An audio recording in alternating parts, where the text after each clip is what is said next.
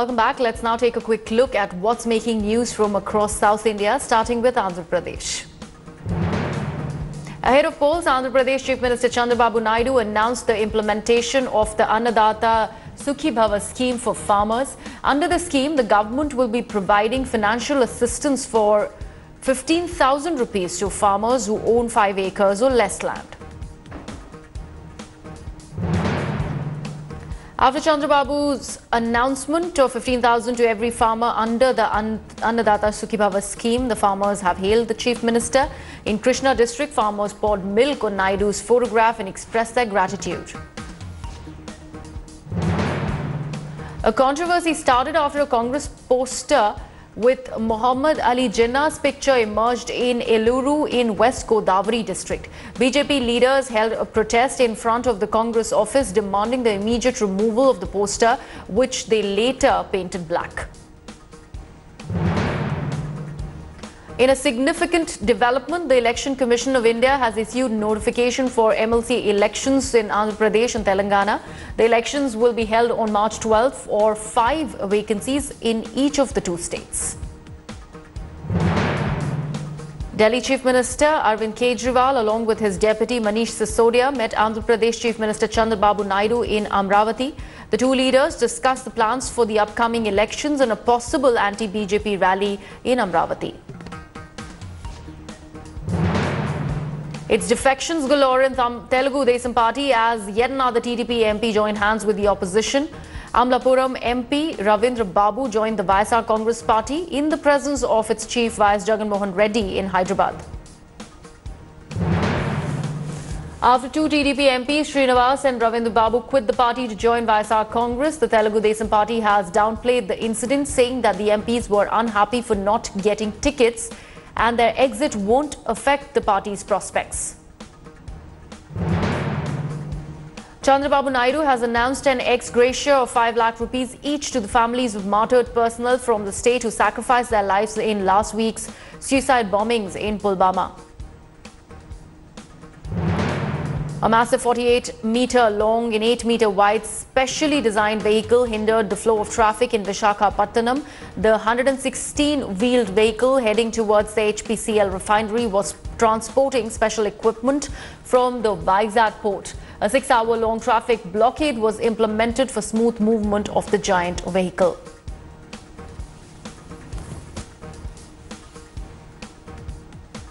Let's now see what's making news from across Telangana. AIMIM Chief Asaduddin Owaisi has condemned the Pulwama terrorist attack at Harvard University. He was quick to question the alleged attacks on Kashmiri students across India soon afterwards. BJP MLA T. Raja has sparked a row after he lashed out at Muslims for allegedly praising killings of the 40 CRPF JAWANS on social media. He also urged Prime Minister Narendra Modi for a free hand to wipe out the terrorists. As the Finance Minister's post lies vacant, Chief Minister K. Chandrasekhar Rao is preparing to present a vote on account budget, and the budget session of Telangana Assembly will commence on February 22nd and it will go on till February 25th. Chief Minister K. Chandrasekhar Rao has decided to expand his cabinet after more than 2 months of coming to power. KCR will include new ministers in his cabinet, which will be sworn in on the occasion of the auspicious Magha Shuddha Purnami on February 19th. Chief Minister Chandrasekhar Rao on his birthday announced the creation of new districts Narayanpet and Mulugu. With this, the total number of districts in Telangana are now at 33. Telangana Congress President Uttam Kumar Reddy has said that the party will have to clear lead over others in the upcoming Lok Sabha elections, as the polls will be fought primarily between the Congress President Rahul Gandhi and Prime Minister Narendra Modi. The party held a brainstorming session discussing preparations for the upcoming polls. TYRE's working president KT Rama Rao handed over a check of 25 lakh rupees for the families of Pulwama martyrs on Sunday. KTR, who visited the CRPF southern headquarters in Hyderabad, paid tribute to the martyrs and handed over the check to higher authorities. He also offered another 25 lakhs check collected voluntarily by his friends. Tollywood actor Vijay Devarakonda has extended his moral and financial support to the family of Pulwama martyrs. The actor tweeted, and I quote, "They protect our families. We must stand by the families of our soldiers. No contribution can be substantial for our soldiers' lives, but we have to do our bit." Unquote. ABVP and Bajrang Dal activists staged a protest and torched effigies of terrorists to express their solidarity for the kin of the Pulwama attack martyrs in Medak, Karimnagar, Nizamabad and other parts of Telangana. Unseasonal rains and hailstorm lashed Nizamabad district, damaging a large amount of crops. Farmers who cultivated crops of red jowar, paddy and other stuff brought the produce, in fact, to the market yard for sale, and they also suffered major losses due to the rain. Let's now find out what's making news across Karnataka. Dharwad MP Prahlad Joshi has sparked a controversy, saying that every house in Kashmir, especially South Kashmir, has terrorists or terrorist sympathizers. Speaking to the media, he said that there are reports and apprehensions that every house or alternate houses in Kashmir have a terrorist waiting to strike. Chief Minister H.D. Kumaraswamy has lashed out at the BJP President Amit Shah for his Congress party clerk remark. The Chief Minister said that he is a clerk striving for the welfare of 65 crore people of Karnataka. He said that the comments made by BJP President reflect his own culture. He also dared Amit Shah to speak over alleged horse trading attempts by B.S. Yediyurappa. Karnataka BJP Chief Yediyurappa said that the Modi wave has not waned across India and the party in Karnataka hopes to win more than 22 seats in 2019 Lok Sabha elections. Yediyurappa said that there are no major agitations against the NDA rule in the state. B.S. Yediyurappa has announced that the state BJP will launch a Modi Vijay Sankalp Yatra across the state in all the 28 Lok Sabha constituencies from February 21st as part of its preparations for the general elections. Prime Minister Modi and BJP President Amit Shah will address public meetings during this yatra. BJP MP Rajiv Chandrasekhar hit out at former Prime Minister Manmohan Singh's charge of jobless growth and growth is factually wrong, as the NDA government had so far spent 10 lakh crore rupees on infrastructure, which has been creating downstream jobs, a fact which has been confirmed by the EPFO data. Disgruntled Congress MLA Mahesh Kamatali, who has now associated himself with Ramesh Jarkioli, was seen with Minister Satish Jarkioli at a program recently. The Thani MLA earlier made his displeasure against the party leadership public and kept himself away from the assembly during the budget session. Bengaluru will be hosting the Asian Chambers of Commerce and Industry Business Meet from February 25th to 27th.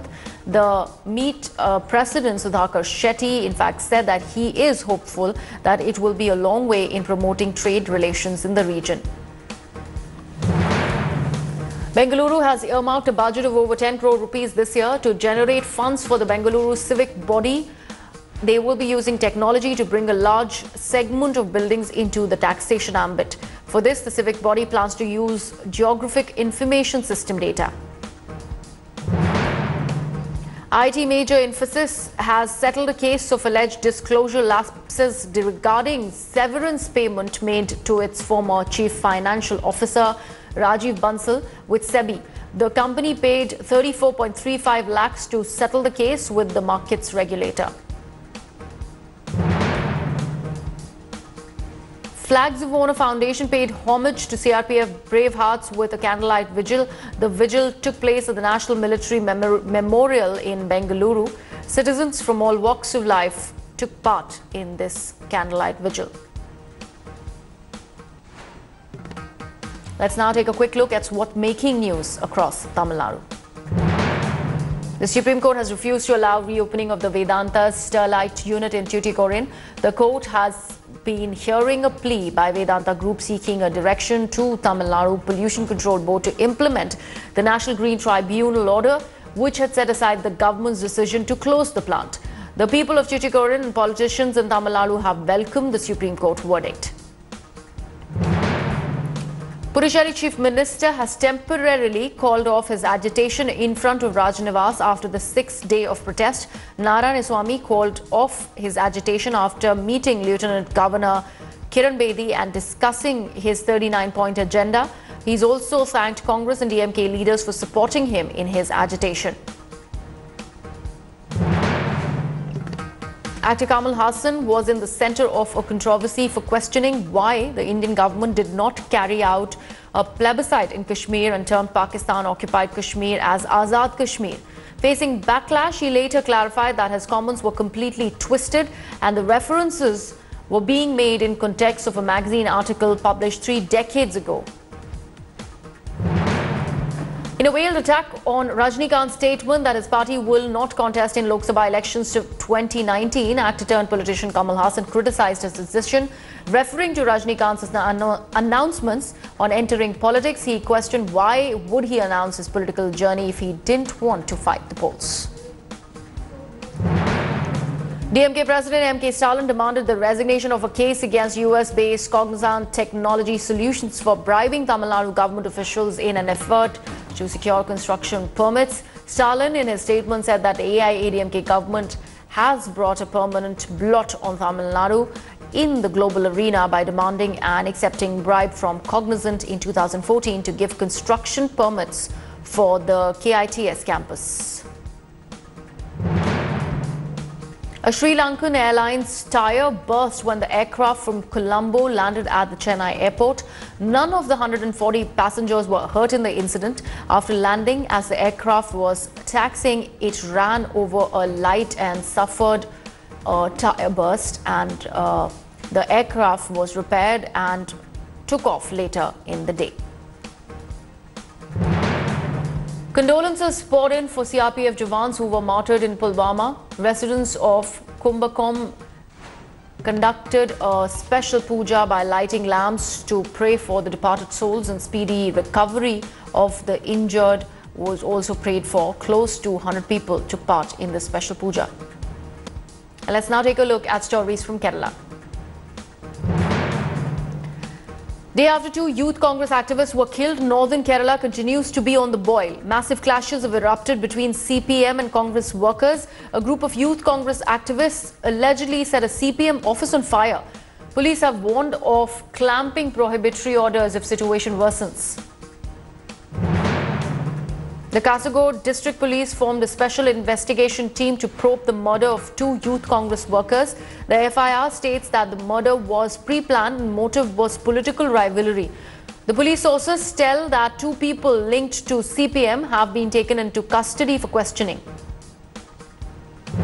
The CPM has clarified that the culprits behind the murder of 2 Congress workers will not be protected by the party. CPM Secretary Kodirei Balakrishnan condemned the attack and said that those involved in the murder will not be shielded by the party and will have to face the law. A dawn to dusk strike announced by the Youth Congress brought Kerala to a complete standstill. Protesters stopped vehicles at many places during the strike, which in fact led to altercations. Incidents of stone pelting were also reported from some parts of the state. The Kerala High Court has pulled up Youth Congress over its surprise call for strike.